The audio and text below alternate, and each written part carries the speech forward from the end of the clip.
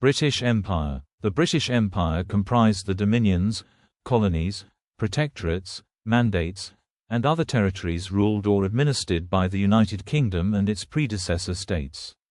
It began with the overseas possessions and trading posts established by England in the late 16th and early 17th centuries.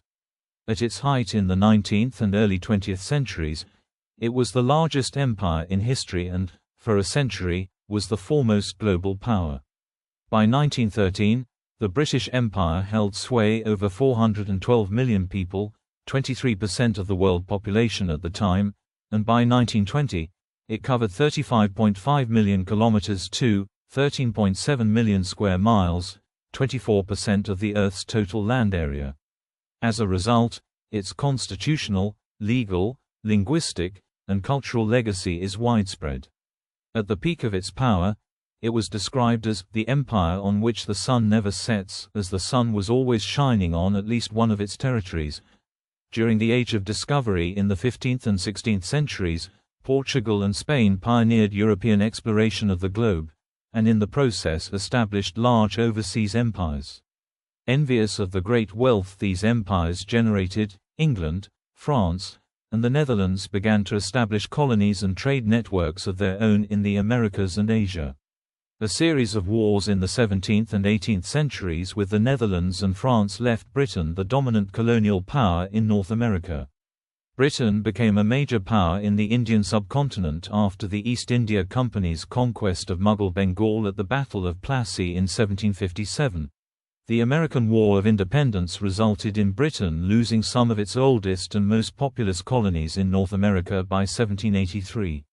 While retaining control of British North America, now Canada, and territories in and near the Caribbean in the British West Indies, British colonial expansion turned towards Asia, Africa, and the Pacific.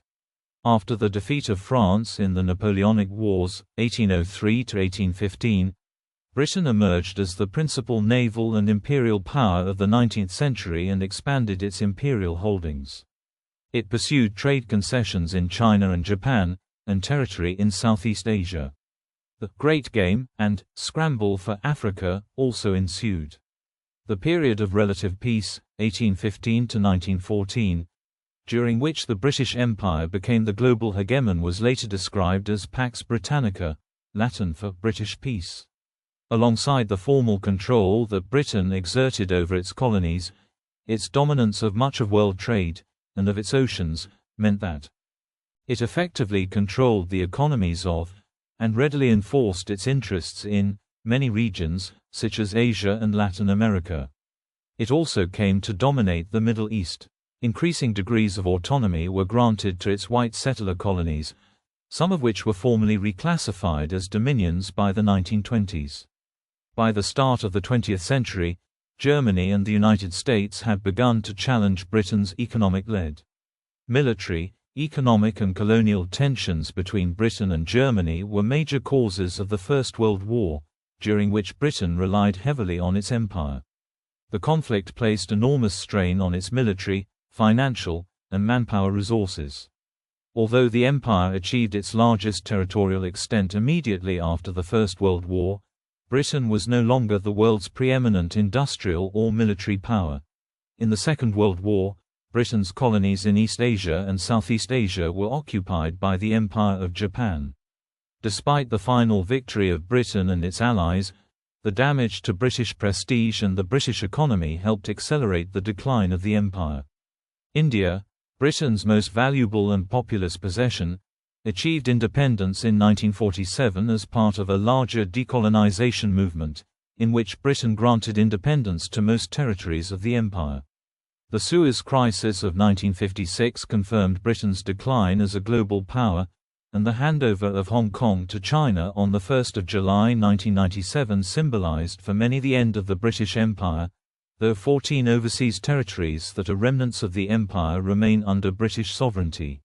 After independence, many former British colonies, along with most of the dominions, joined the Commonwealth of Nations, a free association of independent states. 15 of these, including the United Kingdom, retain the same person as monarch, currently King Charles III. Origins. 1497 to 1583. The foundations of the British Empire were laid when England and Scotland were separate kingdoms. In 1496, King Henry VII of England, following the successes of Spain and Portugal in overseas exploration, commissioned John Cabot to lead an expedition to discover a northwest passage to Asia via the North Atlantic. Cabot sailed in 1497, 5 years after the first voyage of Christopher Columbus, and made landfall on the coast of Newfoundland. He believed he had reached Asia, and there was no attempt to found a colony. Cabot led another voyage to the Americas the following year but did not return. It is unknown what happened to his ships. No further attempts to establish English colonies in the Americas were made until well into the reign of Queen Elizabeth I, during the last decades of the 16th century. In the meantime, Henry VIII's 1533 statute in restraint of appeals had declared that this realm of England is an empire. The Protestant Reformation turned England and Catholic Spain into implacable enemies. In 1562, Elizabeth I encouraged the privateers John Hawkins and Francis Drake to engage in slave raiding attacks against Spanish and Portuguese ships off the coast of West Africa with the aim of establishing an Atlantic slave trade. This effort was rebuffed, and later, as the Anglo-Spanish Wars intensified, Elizabeth I gave her blessing to further privateering raids against Spanish ports in the Americas and shipping that was returning across the Atlantic, laden with treasure from the New World. At the same time, influential writers such as Richard Hakluyt and John Dee, who was the first to use the term British Empire, were beginning to press for the establishment of England's own empire. By this time, Spain had become the dominant power in the Americas and was exploring the Pacific Ocean. Portugal had established trading posts and forts from the coasts of Africa and Brazil to China, and France had begun to settle the St. Lawrence River area, later to become New France. Although England tended to trail behind Portugal, Spain, and France in establishing overseas colonies, it carried out its first modern colonization, referred to as the Munster Plantations, in 16th-century Ireland by settling it with English and Welsh Protestant settlers. England had already colonized part of the country following the Norman invasion of Ireland in 1169. Several people who helped establish the Munster Plantations later played a part in the early colonization of North America, particularly a group known as the West Country Men. English overseas possessions, 1583 to 1707. In 1578, Elizabeth I granted a patent to Humphrey Gilbert for discovery and overseas exploration. That year, Gilbert sailed for the Caribbean with the intention of engaging in piracy and establishing a colony in North America, but the expedition was aborted before it had crossed the Atlantic. In 1583, he embarked on a second attempt. On this occasion, he formally claimed the harbor of the island of Newfoundland, although no settlers were left behind. Gilbert did not survive the return journey to England and was succeeded by his half-brother, Walter Raleigh, who was granted his own patent by Elizabeth in 1584. Later that year, Raleigh founded the Roanoke colony on the coast of present-day North Carolina, but lack of supplies caused the colony to fail. In 1603, James VI of Scotland ascended, as James I, to the English throne and in 1604 negotiated the Treaty of London, ending hostilities with Spain. Now at peace with its main rival, English attention shifted from preying on other nations' colonial infrastructures to the business of establishing its own overseas colonies. The British Empire began to take shape during the early 17th century, with the English settlement of North America and the smaller islands of the Caribbean, and the establishment of joint stock companies, most notably the East India Company, to administer colonies and overseas trade. This period, until the loss of the 13 colonies after the American War of Independence towards the end of the 18th century, has been referred to by some historians as the First British Empire. Americas, Africa and the slave trade. England's early efforts at colonization in the Americas met with mixed success. An attempt to establish a colony in Guyana in 1604 lasted only 2 years and failed in its main objective to find gold deposits.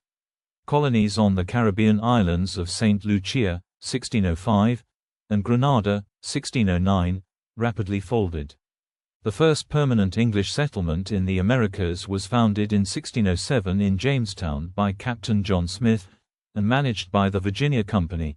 The Crown took direct control of the venture in 1624, thereby founding the colony of Virginia. Bermuda was settled and claimed by England as a result of the 1609 shipwreck of the Virginia Company's flagship, while attempts to settle Newfoundland were largely unsuccessful. In 1620, Plymouth was founded as a haven by Puritan religious separatists, later known as the Pilgrims. Fleeing from religious persecution would become the motive for many English would-be colonists to risk the arduous transatlantic voyage. Maryland was established by English Roman Catholics, 1634, Rhode Island, 1636, as a colony tolerant of all religions, and Connecticut, 1639, for Congregationalists. England's North American holdings were further expanded by the annexation of the Dutch colony of New Netherland in 1664, following the capture of New Amsterdam, which was renamed New York. Although less financially successful than colonies in the Caribbean, these territories had large areas of good agricultural land and attracted far greater numbers of English emigrants, who preferred the temperate climates. The British West Indies initially provided England's most important and lucrative colonies. Settlements were successfully established in St. Kitts, 1624, Barbados, 1627, and Nevis, 1628, but struggled until the Sugar Revolution transformed the Caribbean economy in the mid-17th century. Large sugarcane plantations were first established in the 1640s on Barbados, with assistance from Dutch merchants and Sephardic Jews fleeing Portuguese Brazil. At first, sugar was grown primarily using white indentured labor, but rising costs soon led English traders to embrace the use of imported African slaves. The enormous wealth generated by slave-produced sugar made Barbados the most successful colony in the Americas, and one of the most densely populated places in the world. This boom led to the spread of sugar cultivation across the Caribbean, financed the development of non-plantation colonies in North America, and accelerated the growth of the Atlantic slave trade, particularly the triangular trade of slaves, sugar and provisions between Africa, the West Indies and Europe, to ensure that the increasingly healthy profits of colonial trade remained in English hands.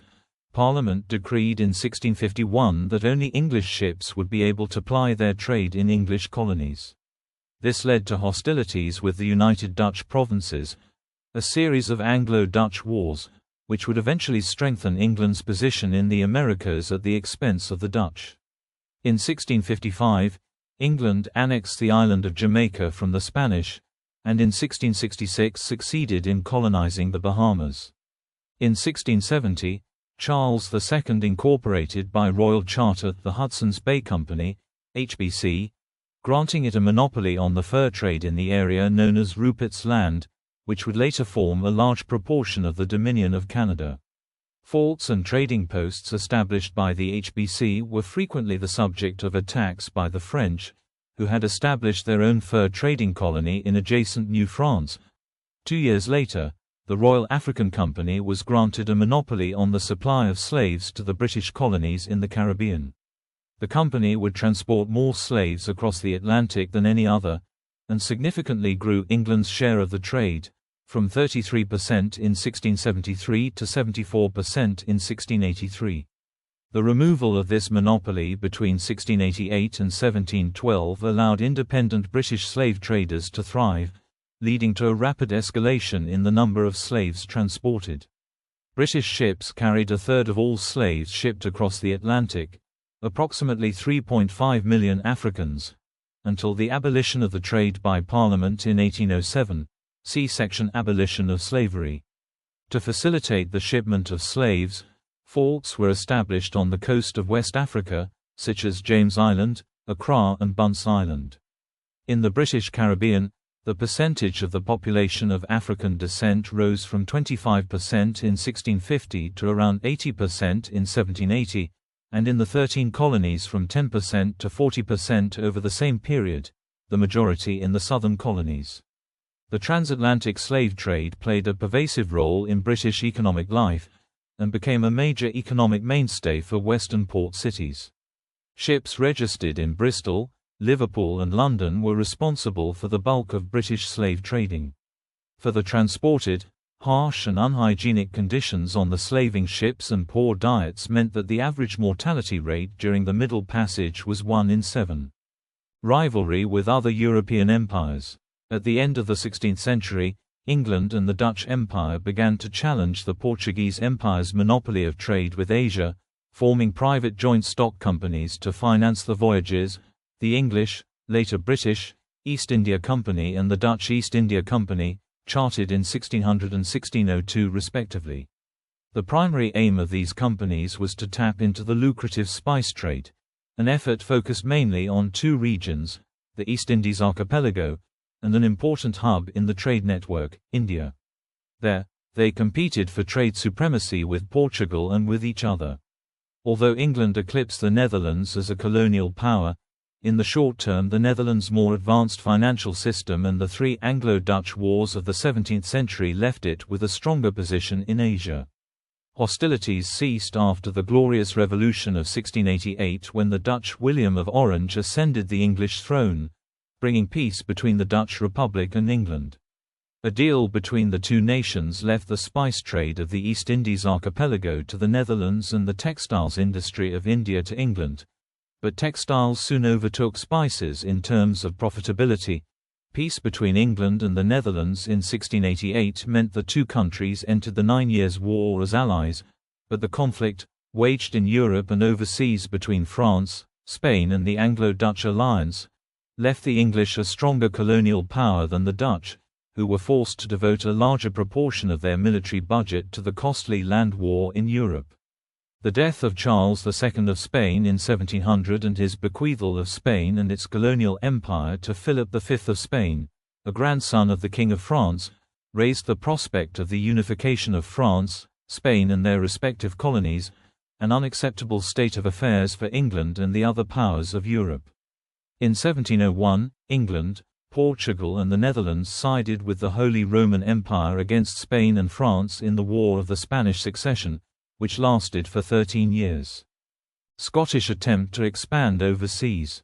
In 1695, the Parliament of Scotland granted a charter to the Company of Scotland, which established a settlement in 1698 on the Isthmus of Panama. Besieged by neighboring Spanish colonists of New Granada, and affected by malaria, the colony was abandoned 2 years later. The Darien scheme was a financial disaster for Scotland. A quarter of Scottish capital was lost in the enterprise. The episode had major political consequences, helping to persuade the government of the Kingdom of Scotland of the merits of turning the personal union with England into a political and economic one under the Kingdom of Great Britain established by the Acts of Union 1707. First, British Empire, 1707 to 1783.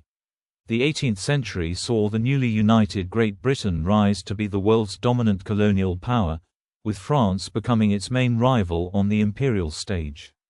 Great Britain, Portugal, the Netherlands, and the Holy Roman Empire continued the War of the Spanish Succession, which lasted until 1714 and was concluded by the Treaty of Utrecht.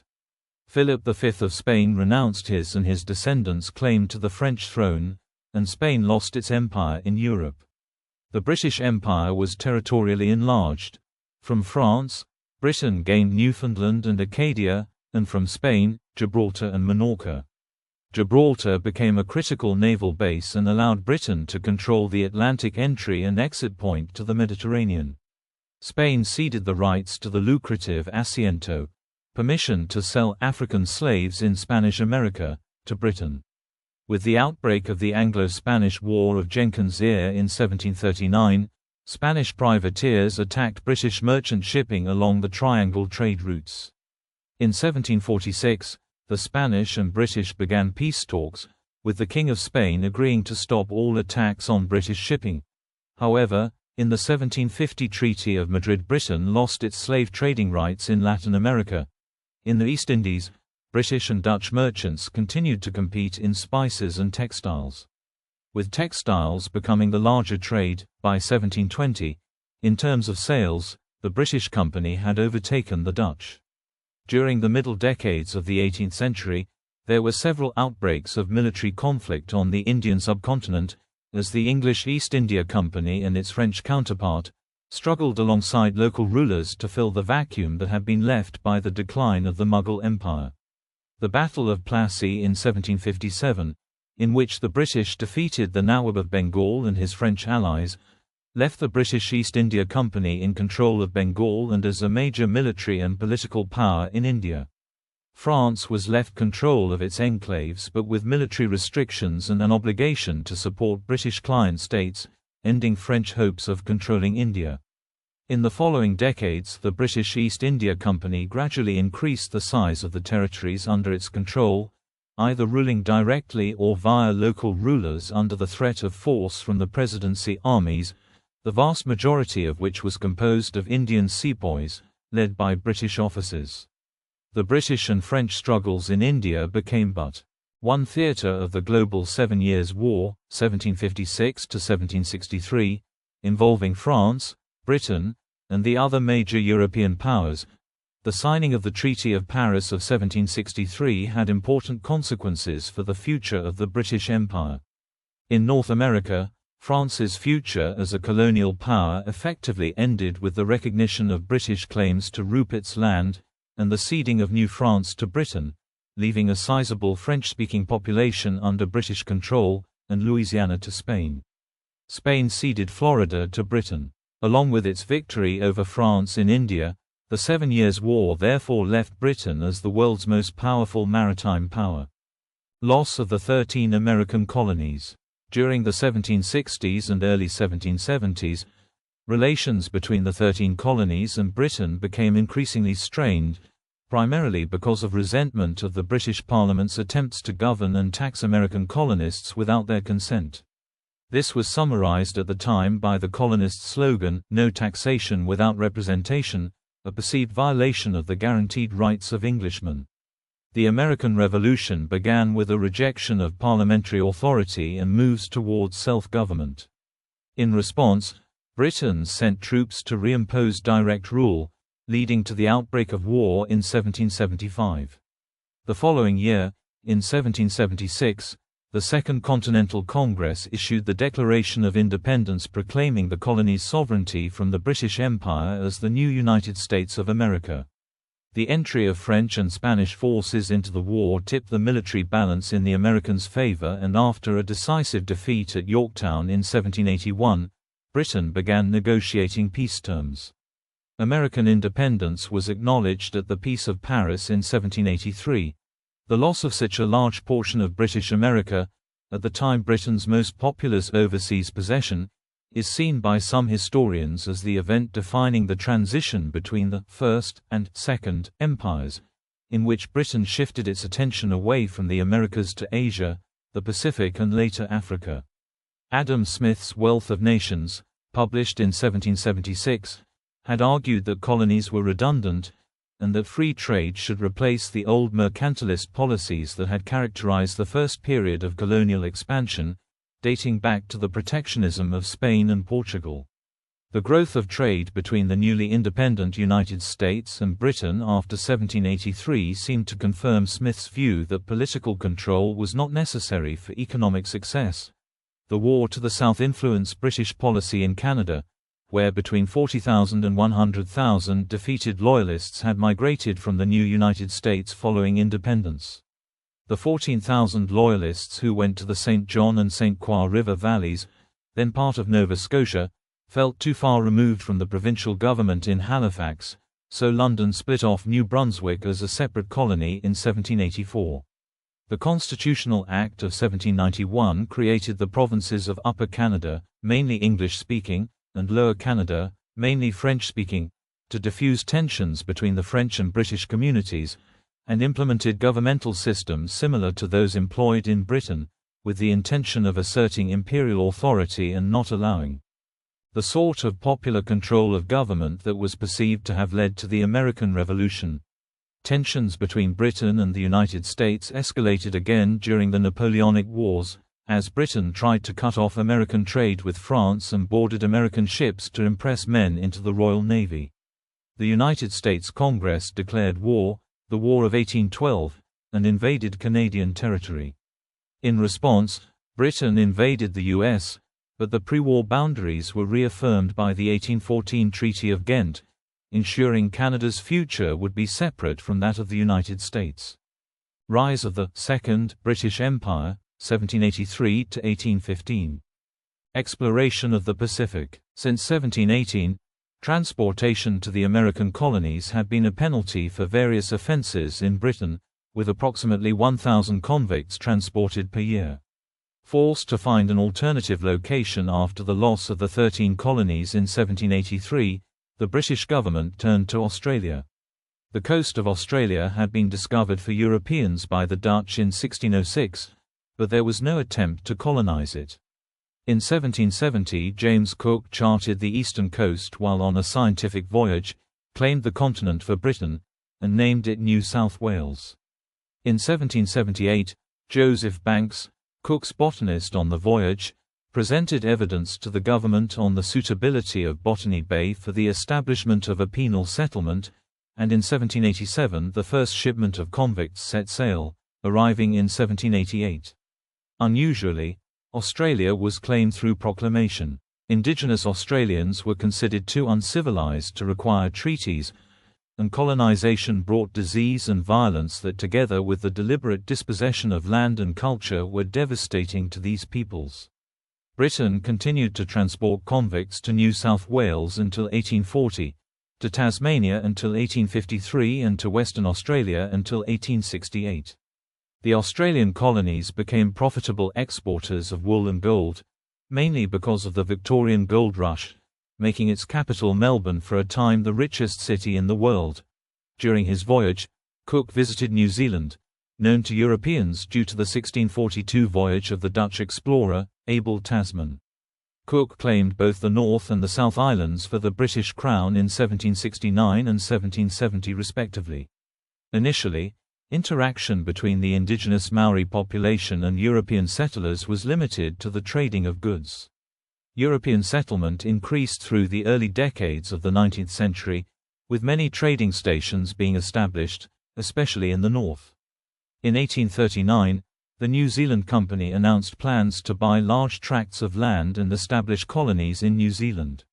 On 6 February 1840, Captain William Hobson and around 40 Maori chiefs signed the Treaty of Waitangi, which is considered to be New Zealand's founding document, despite differing interpretations of the Maori and English versions of the text being the cause of ongoing dispute. The British also expanded their mercantile interests in the North Pacific. Spain and Britain had become rivals in the area, culminating in the Nootka Crisis in 1789. Both sides mobilized for war, but when France refused to support Spain, it was forced to back down, leading to the Nootka Convention. The outcome was a humiliation for Spain, which practically renounced all sovereignty on the North Pacific coast. This opened the way to British expansion in the area, and a number of expeditions took place. Firstly, a naval expedition led by George Vancouver, which explored the inlets around the Pacific Northwest, particularly around Vancouver Island. On land, expeditions sought to discover a river route to the Pacific for the extension of the North American fur trade. Alexander Mackenzie of the Northwest Company led the first, starting out in 1792, and a year later he became the first European to reach the Pacific overland north of the Rio Grande, reaching the ocean near present-day Bella Coola. This preceded the Lewis and Clark expedition by 12 years. Shortly thereafter, Mackenzie's companion, John Finlay, founded the first permanent European settlement in British Columbia, Fort St. John. The Northwest Company sought further exploration and backed expeditions by David Thompson, starting in 1797, and later by Simon Fraser. These pushed into the wilderness territories of the Rocky Mountains and interior plateau to the Strait of Georgia on the Pacific coast, expanding British North America westward. Continued conquest in India. The East India Company fought a series of Anglo-Mysore wars in southern India with the Sultanate of Mysore under Hyder Ali and then Tipu Sultan. Defeats in the First Anglo-Mysore War and stalemate in the Second were followed by victories in the Third and the Fourth. Following Tipu Sultan's death in the Fourth War in the Siege of Seringapatam, 1799, the kingdom became a protectorate of the company. The East India Company fought 3 Anglo-Maratha wars with the Maratha Confederacy. The First Anglo-Maratha War ended in 1782 with a restoration of the pre-war status quo. The Second and Third Anglo-Maratha Wars resulted in British victories. After the surrender of Peshwa Bajirao II on 1818, the East India Company acquired control of a large majority of the Indian subcontinent. Wars with France. Britain was challenged again by France under Napoleon, in a struggle that, unlike previous wars, represented a contest of ideologies between the two nations. It was not only Britain's position on the world stage that was at risk. Napoleon threatened to invade Britain itself, just as his armies had overrun many countries of continental Europe. The Napoleonic Wars were therefore ones in which Britain invested large amounts of capital and resources to win. French ports were blockaded by the Royal Navy, which won a decisive victory over a French Imperial Navy-Spanish Navy fleet at the Battle of Trafalgar in 1805. Overseas colonies were attacked and occupied, including those of the Netherlands, which was annexed by Napoleon in 1810. France was finally defeated by a coalition of European armies in 1815. Britain was again the beneficiary of peace treaties. France ceded the Ionian Islands, Malta, which it had occupied in 1798, Mauritius, St. Lucia, the Seychelles, and Tobago. Spain ceded Trinidad. The Netherlands ceded Guyana, Ceylon and the Cape Colony, while the Danish ceded Heligoland.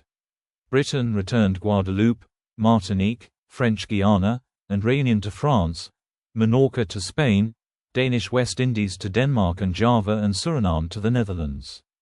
Abolition of slavery. With the advent of the Industrial Revolution, goods produced by slavery became less important to the British economy.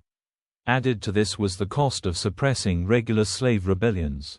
With support from the British abolitionist movement, Parliament enacted the Slave Trade Act in 1807, which abolished the slave trade in the empire.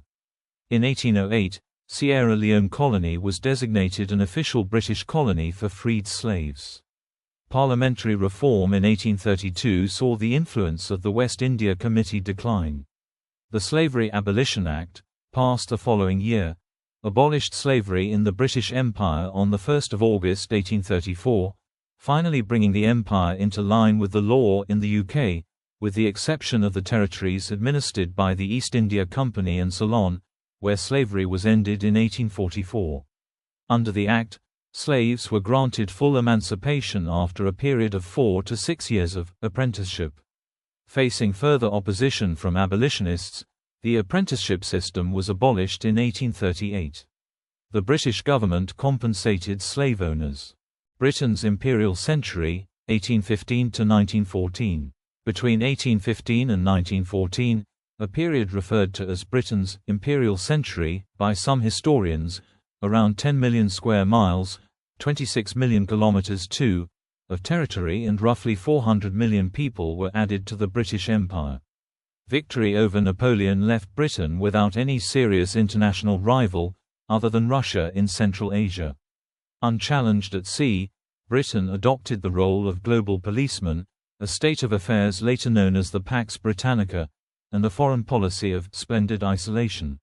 Alongside the formal control it exerted over its own colonies, Britain's dominant position in world trade meant that it effectively controlled the economies of many countries, such as China, Argentina and Siam, which has been described by some historians as an informal empire. British imperial strength was underpinned by the steamship and the telegraph, new technologies invented in the second half of the 19th century, allowing it to control and defend the empire. By 1902, the British Empire was linked together by a network of telegraph cables, called the All Red Line. East India Company rule and the British Raj in India. The East India Company drove the expansion of the British Empire in Asia. The company's army had first joined forces with the Royal Navy during the 7 Years' War, and the two continued to cooperate in arenas outside India: the eviction of the French from Egypt, 1799, the capture of Java from the Netherlands, 1811, The acquisition of Penang Island, 1786, Singapore, 1819, and Malacca, 1824, and the defeat of Burma, 1826, from its base in India, the company had been engaged in an increasingly profitable opium export trade to King China since the 1730s. This trade, illegal since it was outlawed by China in 1729, helped reverse the trade imbalances resulting from the British imports of tea, which saw large outflows of silver from Britain to China. In 1839, the confiscation by the Chinese authorities at Canton of 20,000 chests of opium led Britain to attack China in the First Opium War, and resulted in the seizure by Britain of Hong Kong Island, at that time a minor settlement, and other treaty ports including Shanghai. During the late 18th and early 19th centuries, the British Crown began to assume an increasingly large role in the affairs of the company. A series of Acts of Parliament were passed, including the Regulating Act of 1773, Pitt's India Act of 1784 and the Charter Act of 1813, which regulated the company's affairs and established the sovereignty of the Crown over the territories that it had acquired.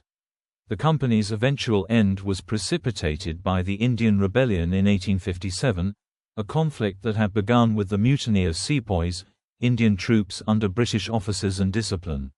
The rebellion took 6 months to suppress, with heavy loss of life on both sides.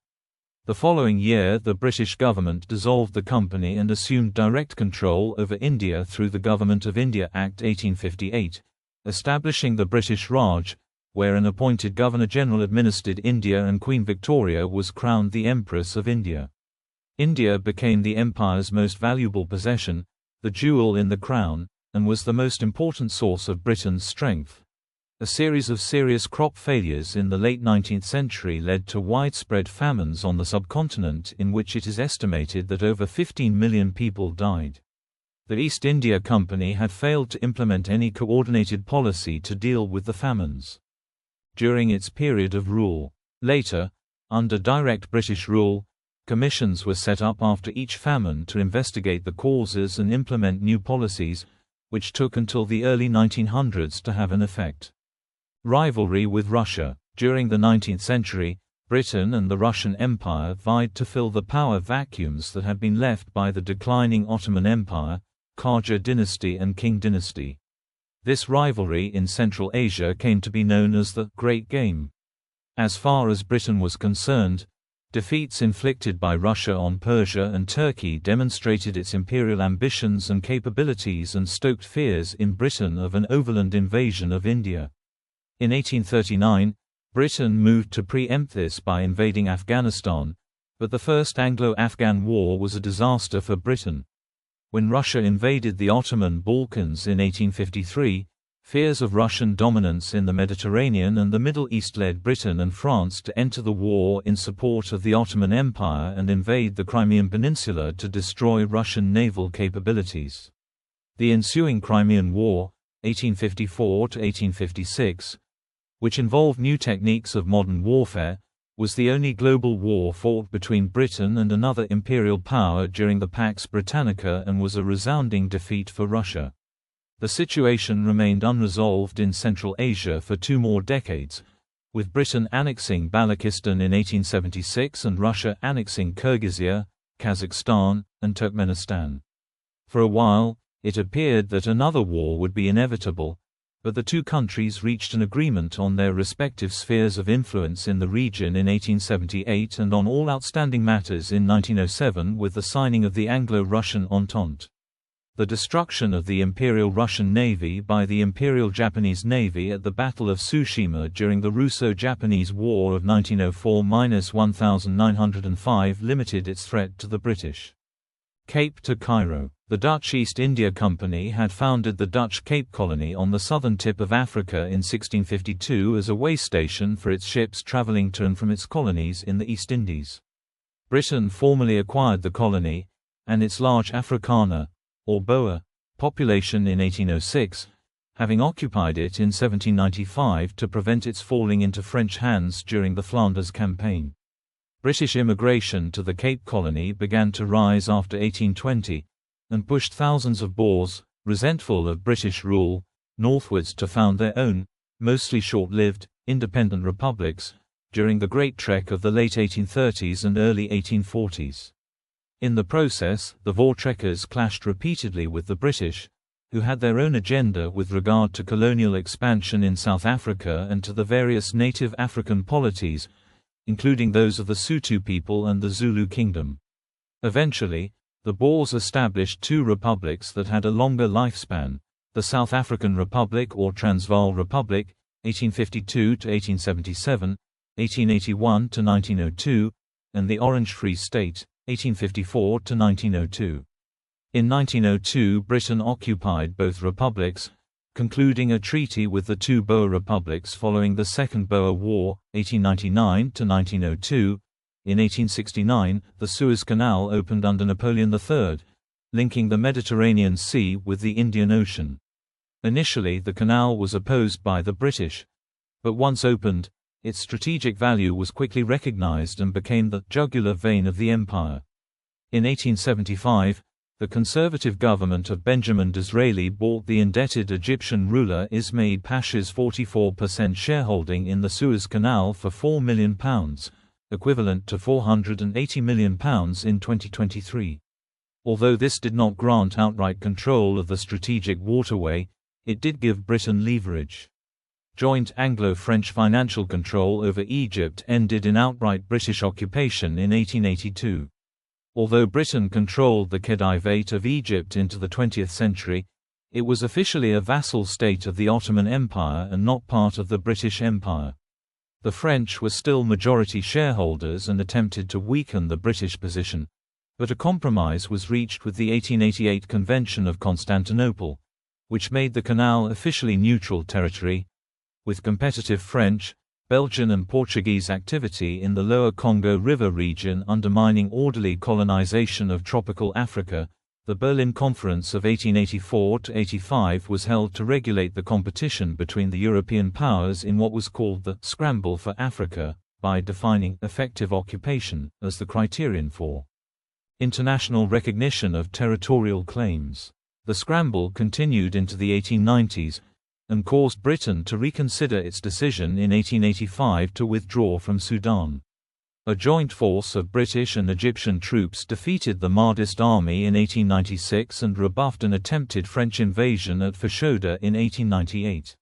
Sudan was nominally made an Anglo-Egyptian condominium, but a British colony in reality. British gains in southern and East Africa prompted Cecil Rhodes, pioneer of British expansion in southern Africa, to urge a Cape to Cairo railway linking the strategically important Suez Canal to the mineral-rich south of the continent. During the 1880s and 1890s, Rhodes, with his privately owned British South Africa Company, occupied and annexed territories named after him, Rhodesia. Changing status of the white colonies. The path to independence for the white colonies of the British Empire began with the 1839 Durham Report, which proposed unification and self-government for Upper and Lower Canada, as a solution to political unrest which had erupted in armed rebellions in 1837. This began with the passing of the Act of Union in 1840, which created the province of Canada. Responsible government was first granted to Nova Scotia in 1848, and was soon extended to the other British North American colonies. With the passage of the British North America Act, 1867 by the British Parliament, the province of Canada, New Brunswick and Nova Scotia were formed into Canada, a confederation enjoying full self-government with the exception of international relations. Australia and New Zealand achieved similar levels of self-government after 1900, with the Australian colonies federating in 1901. The term «Dominion status» was officially introduced at the 1907 Imperial Conference. As the dominions gained greater autonomy, they would come to be recognized as distinct realms of the empire with unique customs and symbols of their own. Imperial identity, through imagery such as patriotic artworks and banners, began developing into a form that attempted to be more inclusive by showcasing the empire as a family of newly birthed nations with common roots. The last decades of the 19th century saw concerted political campaigns for Irish Home Rule. Ireland had been united with Britain into the United Kingdom of Great Britain and Ireland with the Act of Union 1800 after the Irish Rebellion of 1798, and had suffered a severe famine between 1845 and 1852. Home Rule was supported by the British Prime Minister, William Gladstone, who hoped that Ireland might follow in Canada's footsteps as a dominion within the Empire, but his 1886 Home Rule Bill was defeated in Parliament. Although the bill, if passed, would have granted Ireland less autonomy within the UK than the Canadian provinces had within their own federation, many MPs feared that a partially independent Ireland might pose a security threat to Great Britain or mark the beginning of the breakup of the Empire. A second Home Rule Bill was defeated for similar reasons. A third bill was passed by Parliament in 1914, but not implemented because of the outbreak of the First World War leading to the 1916 Easter Rising. World Wars, 1914 to 1945. By the turn of the 20th century, fears had begun to grow in Britain that it would no longer be able to defend the metropole and the entirety of the empire while at the same time maintaining the policy of splendid isolation. Germany was rapidly rising as a military and industrial power and was now seen as the most likely opponent in any future war. Recognizing that it was overstretched in the Pacific and threatened at home by the Imperial German Navy, Britain formed an alliance with Japan in 1902 and with its old enemies France and Russia in 1904 and 1907, respectively. First World War. Britain's fears of war with Germany were realized in 1914 with the outbreak of the First World War. Britain quickly invaded and occupied most of Germany's overseas colonies in Africa. In the Pacific, Australia and New Zealand occupied German New Guinea and German Samoa respectively. Plans for a post-war division of the Ottoman Empire, which had joined the war on Germany's side, were secretly drawn up by Britain and France under the 1916 Sykes-Picot Agreement. This agreement was not divulged to the Sharif of Mecca, who the British had been encouraging to launch an Arab revolt against their Ottoman rulers, giving the impression that Britain was supporting the creation of an independent Arab state. The British declaration of war on Germany and its allies committed the colonies and dominions, which provided invaluable military, financial and material support. Over 2.5 million men served in the armies of the dominions, as well as many thousands of volunteers from the Crown colonies. The contributions of Australian and New Zealand troops during the 1915 Gallipoli campaign against the Ottoman Empire had a great impact on the national consciousness at home and marked a watershed in the transition of Australia and New Zealand from colonies to nations in their own right. The countries continue to commemorate this occasion on Anzac Day. Canadians viewed the Battle of Vimy Ridge in a similar light. The important contribution of the Dominions to the war effort was recognized in 1917 by the British Prime Minister David Lloyd George when he invited each of the Dominion Prime Ministers to join an Imperial War Cabinet to coordinate imperial policy. Under the terms of the concluding Treaty of Versailles signed in 1919, the Empire reached its greatest extent with the addition of 1.8 million square miles, 4.7 million square kilometers, and 13 million new subjects. The colonies of Germany and the Ottoman Empire were distributed to the Allied powers as League of Nations mandates. Britain gained control of Palestine, Transjordan, Iraq, parts of Cameroon and Togoland, and Tanganyika. The dominions themselves acquired mandates of their own. The Union of South Africa gained Southwest Africa, modern-day Namibia, Australia gained New Guinea, and New Zealand Western Samoa. Nauru was made a combined mandate of Britain and the two Pacific dominions. Interwar period. The changing world order that the war had brought about, in particular the growth of the United States and Japan as naval powers, and the rise of independence movements in India and Ireland, caused a major reassessment of British imperial policy. Forced to choose between alignment with the United States or Japan, Britain opted not to renew its Anglo-Japanese alliance and instead signed the 1922 Washington Naval Treaty, where Britain accepted naval parity with the United States. This decision was the source of much debate in Britain during the 1930s as militaristic governments took hold in Germany and Japan, helped in part by the Great Depression, for it was feared that the empire could not survive a simultaneous attack by both nations. The issue of the Empire's security was a serious concern in Britain, as it was vital to the British economy. In 1919, the frustrations caused by delays to Irish Home Rule led the MPs of Sinn Féin, a pro-independence party that had won a majority of the Irish seats in the 1918 British general election, to establish an independent parliament in Dublin, at which Irish independence was declared. The Irish Republican Army simultaneously began a guerrilla war against the British administration. The Irish War of Independence ended in 1921 with a stalemate and the signing of the Anglo-Irish Treaty, creating the Irish Free State, a dominion within the British Empire, with effective internal independence but still constitutionally linked with the British Crown.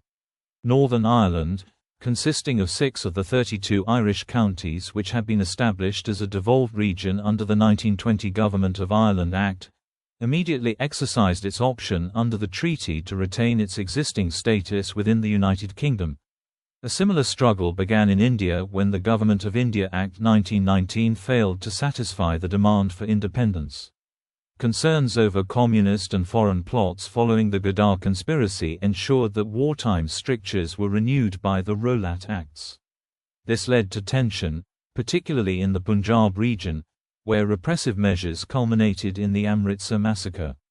In Britain, public opinion was divided over the morality of the massacre, between those who saw it as having saved India from anarchy, and those who viewed it with revulsion.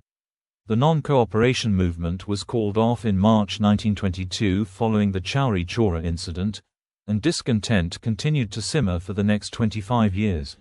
In 1922, Egypt, which had been declared a British protectorate at the outbreak of the First World War, was granted formal independence, though it continued to be a British client state until 1954. British troops remained stationed in Egypt until the signing of the Anglo-Egyptian Treaty in 1936, under which it was agreed that the troops would withdraw but continue to occupy and defend the Suez Canal zone. In return, Egypt was assisted in joining the League of Nations. Iraq, a British mandate since 1920, gained membership of the League in its own right after achieving independence from Britain in 1932. In Palestine, Britain was presented with the problem of mediating between the Arabs and increasing numbers of Jews. The Balfour Declaration, which had been incorporated into the terms of the mandate, stated that a national home for the Jewish people would be established in Palestine, and Jewish immigration allowed up to a limit that would be determined by the mandatory power. This led to increasing conflict with the Arab population, who openly revolted in 1936. As the threat of war with Germany increased during the 1930s, Britain judged the support of Arabs as more important than the establishment of a Jewish homeland, and shifted to a pro-Arab stance, limiting Jewish immigration and in turn triggering a Jewish insurgency. The right of the dominions to set their own foreign policy, independent of Britain, was recognized at the 1923 Imperial Conference. Britain's request for military assistance from the Dominions at the outbreak of the Chinac crisis the previous year had been turned down by Canada and South Africa, and Canada had refused to be bound by the 1923 Treaty of Lausanne. After pressure from the Irish Free State and South Africa, the 1926 Imperial Conference issued the Balfour Declaration of 1926, declaring Britain and the Dominions to be autonomous communities within the British Empire, equal in status, in no way subordinate one to another, within a British Commonwealth of Nations. This declaration was given legal substance under the 1931 Statute of Westminster. The Parliaments of Canada, Australia, New Zealand, the Union of South Africa, the Irish Free State and Newfoundland were now independent of British legislative control. They could nullify British laws and Britain could no longer pass laws for them without their consent. Newfoundland reverted to colonial status in 1933, suffering from financial difficulties during the Great Depression. In 1937, the Irish Free State introduced a republican constitution renaming itself Ireland. Second World War. Britain's declaration of war against Nazi Germany in September 1939 included the Crown Colonies and India, but did not automatically commit the dominions of Australia, Canada, New Zealand, Newfoundland and South Africa. All soon declared war on Germany. While Britain continued to regard Ireland as still within the British Commonwealth, Ireland chose to remain legally neutral throughout the war. After the fall of France in June 1940, Britain and the Empire stood alone against Germany, until the German invasion of Greece on 7 April 1941. British Prime Minister Winston Churchill successfully lobbied President Franklin D. Roosevelt for military aid from the United States, but Roosevelt was not yet ready to ask Congress to commit the country to war.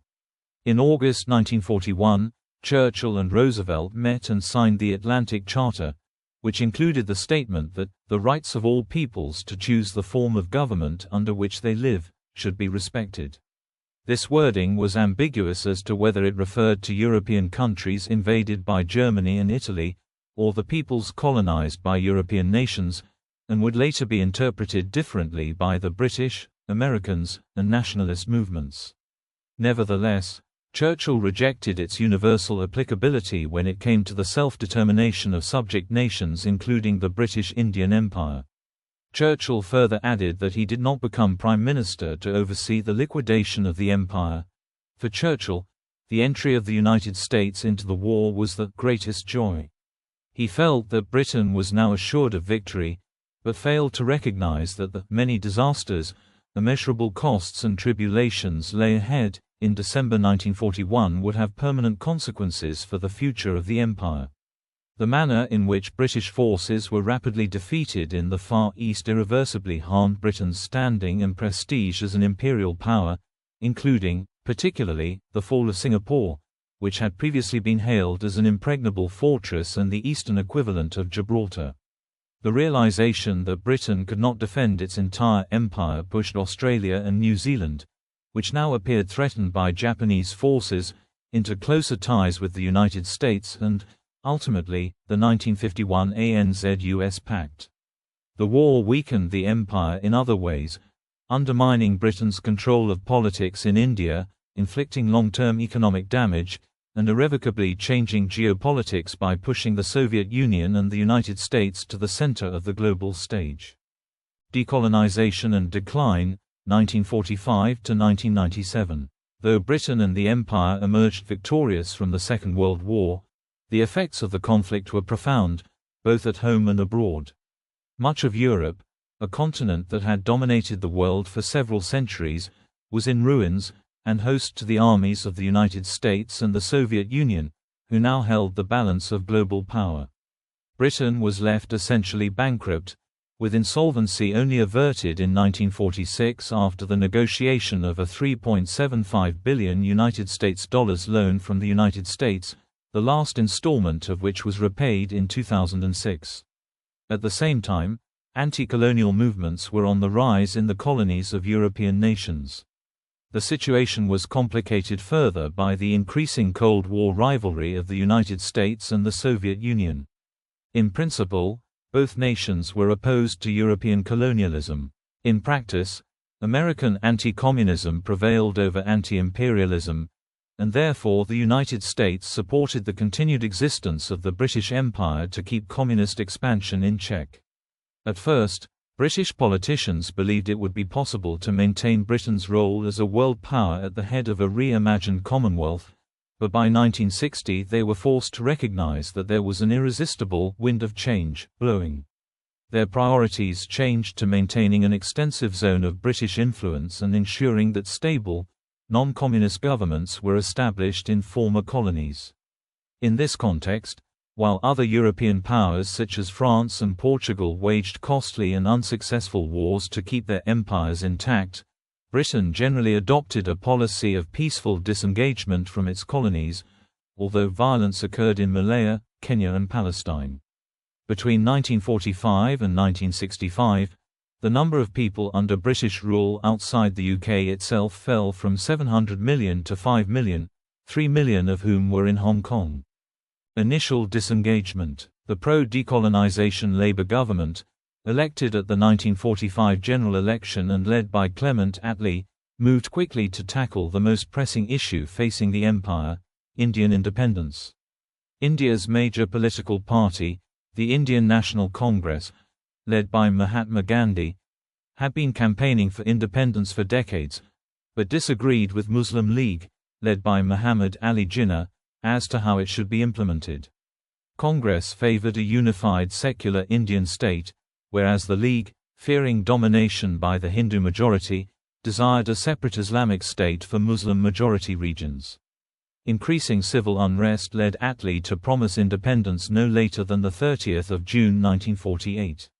When the urgency of the situation and risk of civil war became apparent, the newly appointed, and last, Viceroy, Lord Mountbatten, hastily brought forward the date to 15 August 1947.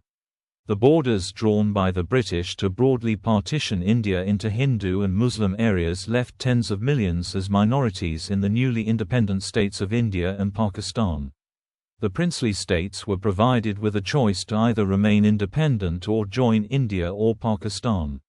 Millions of Muslims crossed from India to Pakistan and Hindus vice versa, and violence between the two communities cost hundreds of thousands of lives. Burma, which had been administered as part of British India until 1937, gained independence the following year in 1948 along with Sri Lanka, formerly known as British Ceylon. India, Pakistan and Sri Lanka became members of the Commonwealth, while Burma chose not to join. That same year, the British Nationality Act was enacted. In hopes of strengthening and unifying the Commonwealth, it provided British citizenship and right of entry to all those living within its jurisdiction. The British Mandate in Palestine, where an Arab majority lived alongside a Jewish minority, presented the British with a similar problem to that of India. The matter was complicated by large numbers of Jewish refugees seeking to be admitted to Palestine following the Holocaust, while Arabs were opposed to the creation of a Jewish state. Frustrated by the intractability of the problem, attacks by Jewish paramilitary organizations and the increasing cost of maintaining its military presence, Britain announced in 1947 that it would withdraw in 1948 and leave the matter to the United Nations to solve. The UN General Assembly subsequently voted for a plan to partition Palestine into a Jewish and an Arab state. It was immediately followed by the outbreak of a civil war between the Arabs and Jews of Palestine, and British forces withdrew amid the fighting. The British Mandate for Palestine officially terminated at midnight on 15 May 1948 as the State of Israel declared independence and the 1948 Arab-Israeli War broke out, during which the territory of the former Mandate was partitioned between Israel and the surrounding Arab states. Amid the fighting, British forces continued to withdraw from Israel, with the last British troops departing from Haifa on 30 June 1948. Following the surrender of Japan in the Second World War, anti-Japanese resistance movements in Malaya turned their attention towards the British, who had moved to quickly retake control of the colony, valuing it as a source of rubber and tin. The fact that the guerrillas were primarily Malaysian Chinese communists meant that the British attempt to quell the uprising was supported by the Muslim Malay majority, on the understanding that once the insurgency had been quelled, independence would be granted. The Malayan Emergency, as it was called, began in 1948 and lasted until 1960, but by 1957, Britain felt confident enough to grant independence to the Federation of Malaya within the Commonwealth.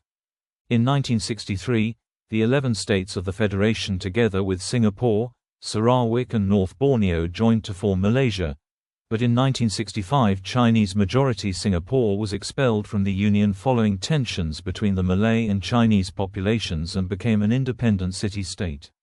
Brunei, which had been a British protectorate since 1888, declined to join the Union. Suez and its aftermath. In the 1951 general election, the Conservative Party returned to power in Britain under the leadership of Winston Churchill. Churchill and the Conservatives believed that Britain's position as a world power relied on the continued existence of the empire, with the base at the Suez Canal allowing Britain to maintain its preeminent position in the Middle East in spite of the loss of India. Churchill could not ignore Gamal Abdel Nasser's new revolutionary government of Egypt that had taken power in 1952, and the following year it was agreed that British troops would withdraw from the Suez Canal zone and that Sudan would be granted self-determination by 1955, With independence to follow, Sudan was granted independence on 1 January 1956. In July 1956, Nasser unilaterally nationalized the Suez Canal. The response of Anthony Eden, who had succeeded Churchill as Prime Minister, was to collude with France to engineer an Israeli attack on Egypt that would give Britain and France an excuse to intervene militarily and retake the canal. Eden infuriated U.S. President Dwight D. Eisenhower by his lack of consultation, and Eisenhower refused to back the invasion. Another of Eisenhower's concerns was the possibility of a wider war with the Soviet Union after it threatened to intervene on the Egyptian side. Eisenhower applied financial leverage by threatening to sell U.S. reserves of the British pound and thereby precipitate a collapse of the British currency. Though the invasion force was militarily successful in its objectives, UN intervention and U.S. pressure forced Britain into a humiliating withdrawal of its forces, and Eden resigned. The Suez Crisis very publicly exposed Britain's limitations to the world and confirmed Britain's decline on the world stage and its end as a first-rate power, demonstrating that henceforth it could no longer act without at least the acquiescence, if not the full support, of the United States. The events at Suez wounded British national pride, leading one Member of Parliament, MP, to describe it as Britain's Waterloo, and another to suggest that the country had become an American satellite. Margaret Thatcher later described the mindset she believed had befallen Britain's political leaders after Suez, where they went from believing that Britain could do anything to an almost neurotic belief that Britain could do nothing, from which Britain did not recover until the successful recapture of the Falkland Islands from Argentina in 1982, while the Suez Crisis caused British power in the Middle East to weaken. It did not collapse. Britain again deployed its armed forces to the region, intervening in Oman, 1957, Jordan, 1958, and Kuwait, 1961. Though on these occasions with American approval, as the new Prime Minister Harold Macmillan's foreign policy was to remain firmly aligned with the United States. Although Britain granted Kuwait independence in 1961, it continued to maintain a military presence in the Middle East for another decade. On 16 January 1968, a few weeks after the devaluation of the pound, Prime Minister Harold Wilson and his Defense Secretary Denis Healey announced that British Armed Forces troops would be withdrawn from major military bases east of Suez, which included the ones in the Middle East, and primarily from Malaysia and Singapore by the end of 1971, instead of 1975 as earlier planned. By that time over 50,000 British military personnel was still stationed in the Far East, including 30,000 in Singapore. The British granted independence to the Maldives in 1965 but continued to station a garrison there until 1976, withdrew from Aden in 1967, and granted independence to Bahrain, Qatar, and the United Arab Emirates in 1971. Wind of Change. Macmillan gave a speech in Cape Town, South Africa in February 1960 where he spoke of the wind of change blowing through this continent. Macmillan wished to avoid the same kind of colonial war that France was fighting in Algeria, and under his premiership decolonisation proceeded rapidly. To the three colonies that had been granted independence in the 1950s, Sudan, the Gold Coast and Malaya, were added nearly 10 times that number during the 1960s. Owing to the rapid pace of decolonisation during this period, the cabinet post of Secretary of State for the Colonies was abolished in 1966, along with the Colonial Office, which merged with the Commonwealth Relations Office to form the Foreign and Commonwealth Office, now the Foreign, Commonwealth and Development Office, in October 1968. Britain's remaining colonies in Africa, except for self-governing Southern Rhodesia, were all granted independence by 1968. British withdrawal from the southern and eastern parts of Africa was not a peaceful process.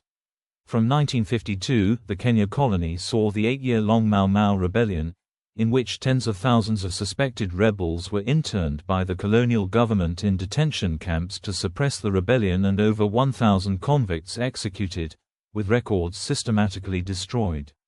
Throughout the 1960s, the British government took a no independence until majority rule policy towards decolonising the empire, leading the white minority government of Southern Rhodesia to enact the 1965 Unilateral Declaration of Independence from Britain, resulting in a civil war that lasted until the British-mediated Lancaster House Agreement of 1979. The agreement saw the British Empire temporarily re-establish the colony of Southern Rhodesia from 1979 to 1980 as a transitionary government to a majority-rule Republic of Zimbabwe. This was the last British possession in Africa. In Cyprus, a guerrilla war waged by the Greek Cypriot organization EOKA against British rule was ended in 1959 by the London and Zurich agreements, which resulted in Cyprus being granted independence in 1960. The UK retained the military bases of Akrotiri and Decalia as sovereign base areas. The Mediterranean colony of Malta was amicably granted independence from the UK in 1964 and became the country of Malta, though the idea had been raised in 1955 of integration with Britain. Most of the UK's Caribbean territories achieved independence after the departure in 1961 and 1962 of Jamaica and Trinidad from the West Indies Federation, established in 1958 in an attempt to unite the British Caribbean. Colonies under one government, but which collapsed following the loss of its two largest members. Jamaica attained independence in 1962, as did Trinidad and Tobago. Barbados achieved independence in 1966 and the remainder of the Eastern Caribbean islands, including the Bahamas, in the 1970s and 1980s, but Anguilla and the Turks and Caicos Islands opted to revert to British rule after they had already started on the path to independence. The British Virgin Islands, the Cayman Islands and Montserrat opted to retain ties with Britain, while Guyana achieved independence in 1966. Britain's last colony on the American mainland, British Honduras, became a self-governing colony in 1964 and was renamed Belize in 1973, achieving full independence in 1981. A dispute with Guatemala over claims to Belize was left unresolved.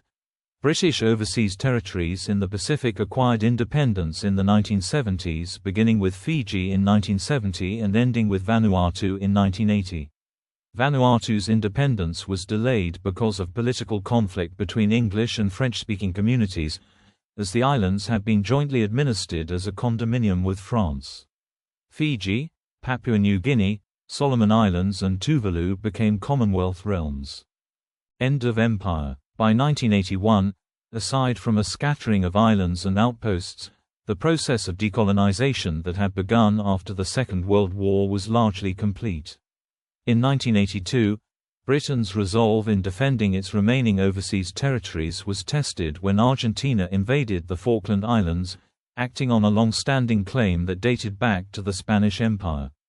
Britain's successful military response to retake the Falkland Islands during the ensuing Falklands War contributed to reversing the downward trend in Britain's status as a world power. The 1980s saw Canada, Australia, and New Zealand sever their final constitutional links with Britain. Although granted legislative independence by the Statute of Westminster 1931, vestigial constitutional links had remained in place. The British Parliament retained the power to amend key Canadian constitutional statutes, meaning that effectively an Act of the British Parliament was required to make certain changes to the Canadian Constitution. The British Parliament had the power to pass laws extending to Canada at Canadian request. Although no longer able to pass any laws that would apply to Australian Commonwealth law, the British Parliament retained the power to legislate for the individual Australian states. With regard to New Zealand, the British Parliament retained the power to pass legislation applying to New Zealand with the New Zealand Parliament's consent. In 1982, the last legal link between Canada and Britain was severed by the Canada Act 1982, which was passed by the British Parliament, formally patriating the Canadian Constitution. The Act ended the need for British involvement in changes to the Canadian Constitution. Similarly, the Australia Act 1986, effective 3 March 1986, severed the constitutional link between Britain and the Australian states, while New Zealand's Constitution Act 1986, effective 1 January 1987, reformed the Constitution of New Zealand to sever its constitutional link with Britain, On 1 January 1984, Brunei, Britain's last remaining Asian protectorate, was granted full independence. Independence had been delayed due to the opposition of the Sultan, who had preferred British protection. In September 1982, the Prime Minister, Margaret Thatcher, travelled to Beijing to negotiate with the Chinese Communist government on the future of Britain's last major and most populous overseas territory, Hong Kong. Under the terms of the 1842 Treaty of Nanking and 1860 Convention of Peking, Hong Kong Island and Kowloon Peninsula had been respectively ceded to Britain in perpetuity, but the majority of the colony consisted of the new territories, which had been acquired under a 99-year lease in 1898, due to expire in 1997. Thatcher, seeing parallels with the Falkland Islands, initially wished to hold Hong Kong and proposed British administration with Chinese sovereignty, though this was rejected by China. A deal was reached in 1984. Under the terms of the Sino-British Joint Declaration, Hong Kong would become a special administrative region of the People's Republic of China. The handover ceremony in 1997 marked for many, including King Charles III, then Prince of Wales, who was in attendance, the end of empire, though many British territories that are remnants of the empire still remain. Legacy: Britain retains sovereignty over 14 territories outside the British Isles. In 1983, the British Nationality Act 1981 renamed the existing Crown colonies as British Dependent Territories, and in 2002 they were renamed the British Overseas Territories. Most former British colonies and protectorates are members of the Commonwealth of Nations, a voluntary association of equal members, comprising a population of around 2.2 billion people. The United Kingdom and 14 other countries, all collectively known as the Commonwealth Realms, voluntarily continued to share the same person, King Charles III, as their respective head of state. These 15 nations are distinct and equal legal entities: the United Kingdom, Australia, Canada, New Zealand, Antigua and Barbuda, the Bahamas, Belize, Grenada, Jamaica, Papua New Guinea, St. Kitts and Nevis, St. Lucia, St. Vincent and the Grenadines, Solomon Islands and Tuvalu. Decades, and in some cases centuries, of British rule and emigration have left their mark on the independent nations that rose from the British Empire. The empire established the use of the English language in regions around the world. Today it is the primary language of up to 460 million people and is spoken by about 1.5 billion as a first, second or foreign language. Individual and team sports developed in Britain, particularly football, cricket, lawn tennis, and golf were exported. British missionaries who travelled around the globe, often in advance of soldiers and civil servants, spread Protestantism, including Anglicanism, to all continents. The British Empire provided refuge for religiously persecuted continental Europeans for hundreds of years. Political boundaries drawn by the British did not always reflect homogeneous ethnicities or religions, contributing to conflicts in formerly colonized areas. The British Empire was responsible for large migrations of peoples. Millions left the British Isles, with the founding settler colonist populations of the United States, Canada, Australia and New Zealand coming mainly from Britain and Ireland. Millions of people moved between British colonies, with large numbers of South Asian people emigrating to other parts of the empire, such as Malaysia and Fiji, and overseas Chinese people to Malaysia, Singapore and the Caribbean. The demographics of the United Kingdom changed after the Second World War owing to immigration to Britain from its former colonies. In the 19th century, innovation in Britain led to revolutionary changes in manufacturing, the development of factory systems, and the growth of transportation by railway and steamship. British colonial architecture, such as in churches, railway stations and government buildings, can be seen in many cities that were once part of the British Empire. The British choice of system of measurement, the imperial system, continues to be used in some countries in various ways. The convention of driving on the left-hand side of the road has been retained in much of the former empire. The Westminster system of parliamentary democracy has served as the template for the governments of many former colonies, and English common law for legal systems. International commercial contracts are often based on English common law. The British Judicial Committee of the Privy Council still serves as the highest court of appeal for 12 former colonies. Historians' approaches to understanding the British Empire are diverse and evolving. Two key sites of debate over recent decades have been the impact of post-colonial studies, which seek to critically re-evaluate the history of imperialism, and the continued relevance of historians Ronald Robinson and John Gallagher, whose work greatly influenced imperial historiography during the 1950s and 1960s. In addition, differing assessments of the empire's legacy remain relevant to debates over recent history and politics, such as the Anglo-American invasions of Iraq and Afghanistan, as well as Britain's role and identity in the contemporary world. Historians such as Caroline Elkins have argued against perceptions of the British Empire as a primarily liberalizing and modernizing enterprise, criticizing its widespread use of violence and emergency laws to maintain power.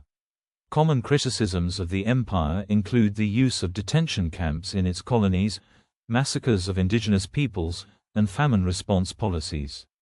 Some scholars, including Amartya Sen, assert that British policies worsened the famines in India that killed millions during British rule. Conversely, historians such as Niall Ferguson say that the economic and institutional development the British Empire brought resulted in a net benefit to its colonies. Other historians treat its legacy as varied and ambiguous. Public attitudes towards the empire within 21st century Britain have been broadly positive, although sentiment towards the Commonwealth has been one of apathy and decline.